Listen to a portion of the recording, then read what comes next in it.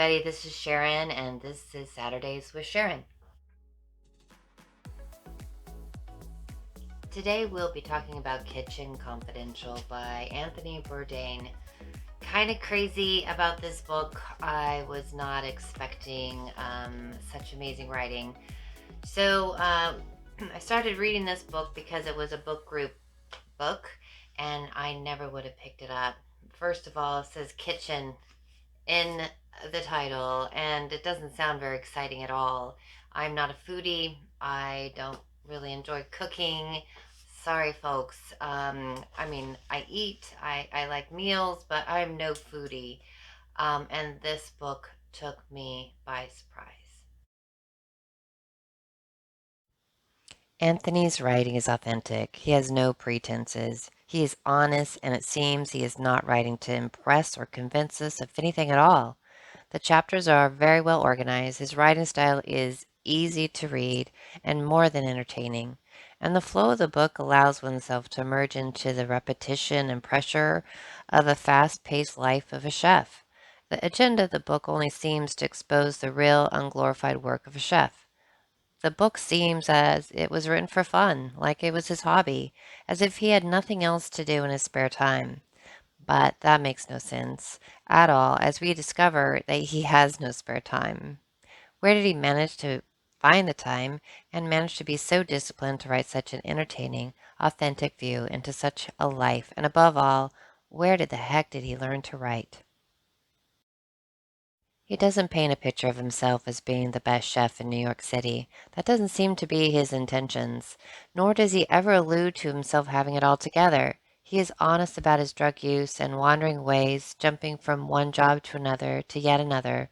If it was written for his fellow sous chefs and line cooks, why did he imagine they had time to sit down and read, especially a book that reveals everything they already know? And it wasn't written to wow us like he was some sort of celebrity chef or to expose any false culture. It flows like we were hearing these stories from his drunken slur, yet it's so clear and concise and alive.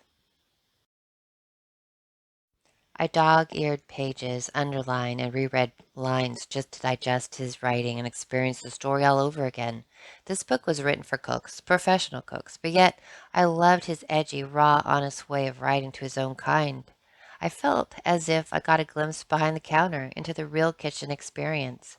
It is ironic that he mentioned he's getting old, married for X amount of years, over 40 years old, almost ready to be hauled off to the glue factory, quote unquote, when in fact, this book is his own forecasting in his own life.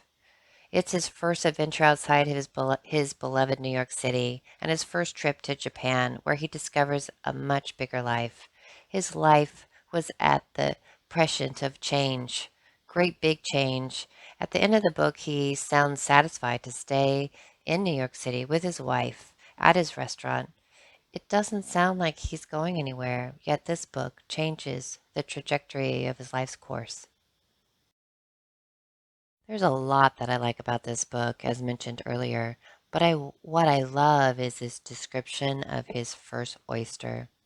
Doesn't it remind you of a time and a place when you had your first taste of something that seemed like it would be inconsequential, but now imprinted in the fabric of your mind? Our sense of smell and taste are strong. A smell can spin you back to a time and a place and a memory of your first bite and can send you back to experiencing it all over again. I brought this story of Anthony's first oyster, to my family at the kitchen table and asked if they had a similar experience. I didn't have to probe or explain. Their responses came quickly.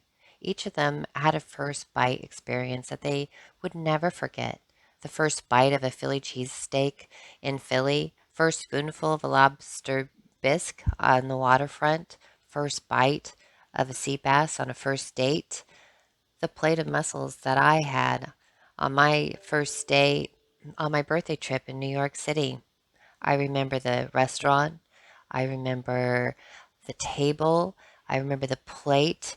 I remember the ambience. I remember everything about that experience of taking my first bite of my mussels. These experiences propel us back to a time and place, sound, situation that we can never forget because of our first bite experience. And Anthony's description of his first oyster brought all that back to me as well. One of my most favorite chapters of the book is filled with colorful stories of his sous chef Stephen. The least likely became the most loyal and closer to him than his wife, he explains.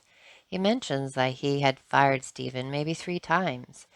Stephen used to arrive to work late and maybe not show up to work due to 2 to 3 day benders, but yet he became one of his most trusted confidants. Through all his foul language, pranks, and brutish behavior, Stephen was found endearing by all. There's a lot more that I really liked about this book, but I want to end with his list. His list of things to do if one was interested in getting into the restaurant business. But in fact, this list is good for all of us, a great reminder. And consider these suggestions as to your conduct, attitude, and preparation for the path you intend to follow. 1. Be fully committed. Don't be a fence sitter or a waffler. If you're going to be a chef someday, be sure about it, single-minded in your determination to achieve victory at all costs. 2. Learn Spanish. Wouldn't it be great if all of us learned at least a second language? Number 3. Don't steal. In fact, don't do anything that you couldn't take a polygraph test over. If you're a chef who drinks too many freebies at the bar, takes home the occasional steak for the wife, or smokes Hawaiian bud in the off hours, be fully prepared to admit this unapologetically to any and all. Number 4, always be on time. Number 5, never make excuses or blame others. Number 6, never call in sick.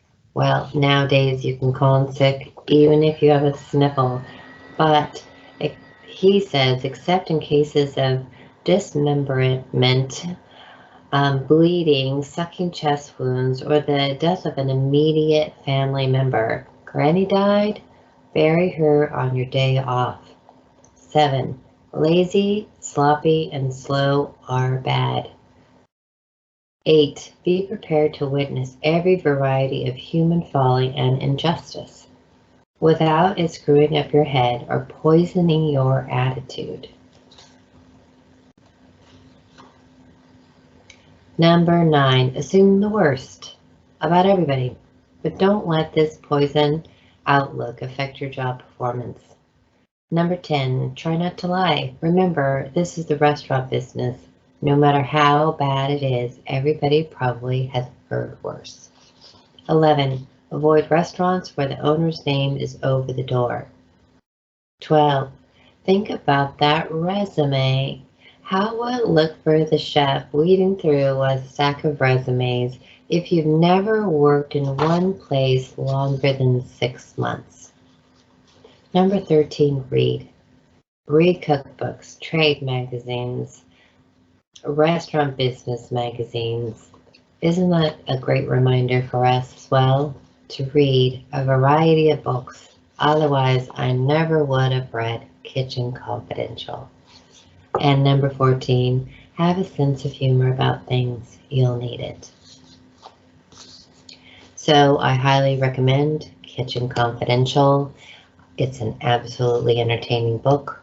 He is maybe not a likable character, but he's bigger than life.